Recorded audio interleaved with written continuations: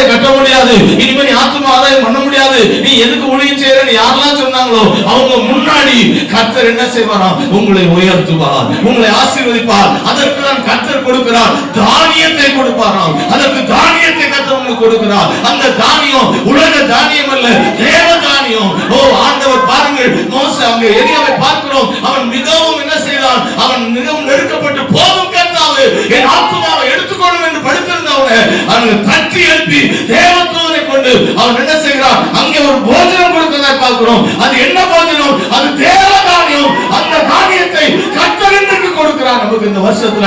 அந்த தானியம் உன்னை என்ன செய்யுமா?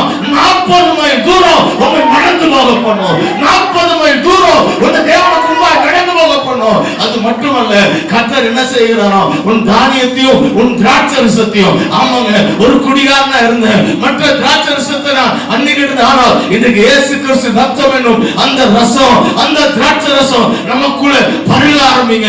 நீங்க இன்னைக்கு எத்தனை பேர் இன்னைக்கு ஒழுங்கா திராட்சரசத்தை நீங்க பருகுறீங்க? திராட்சரசத்தை ஒழுங்கா எவ்வளவு பேருக்கு நீங்க கொடுக்குறீங்க? உண்மையா நீங்க கம்யூனியன் நீங்க சர்வீஸ் நடத்துறீங்களா? உண்மையா பயபக்தியோடு நடத்துறீங்களா?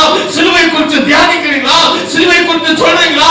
உங்களுடைய சபையில திருவிருந்து கரெக்டா நடக்குதா? யோசித்து பாருங்கள். அதுதான் உங்களை என்ன செய்யுமா? பலப்படுத்தக்கூடியதா இருக்கிறது. அது மட்டுமல்ல, கர்த்தர் எண்ணெயை கொடுக்கிறாராம். அந்த எண்ணெய் என்ன? அபிஷேகத்தை குறிக்கிறது, ஆவிக்குரிய வரங்களை குறிக்கிறது. ரௌதரபால கரபால தீனமான சந்தனபால தீனமான கர்த்தருடைய வல்லமையான அபிஷேகம் நமக்குள்ள இறங்கும் பொழுதுதான் பாவம் நம்மளை நெருங்க முடியாது, அக்கிரமம் நம்மளை நெருங்க முடியாது, எந்த விதமான சோதனையும் நம்ம நெருங்க முடியாது. தேவ பிள்ளைகளே, இன்றைக்கு அப்படிப்பட்ட அபிஷேகத்தை கர்த்தர் என்ன செய்கிறார்? நமக்குள்ளே ஊற்றுகிறார், நமக்குள்ளே ஊற்றுகிறார். அது திருப்தி அடைங்க. திருப்தி இல்லாத காரியத்துல போய் உட்கார்ந்து இருக்காதீங்க பாஸ்டர். திருப்திப்படுத்தாத காரியத்துல போய் நீங்க லவச்சிக்காதீங்க. உங்களை திருப்திப்படுத்தாத காரியத்துல போய் உங்களை ஈடுபடுத்திக்காதீங்க. உங்களை திருப்திப்படுத்துகிற காரியம், உங்களை திருப்திப்படுத்துகிற அந்த எண்ணெயில, அந்த திருப்திப்படுத்துகிற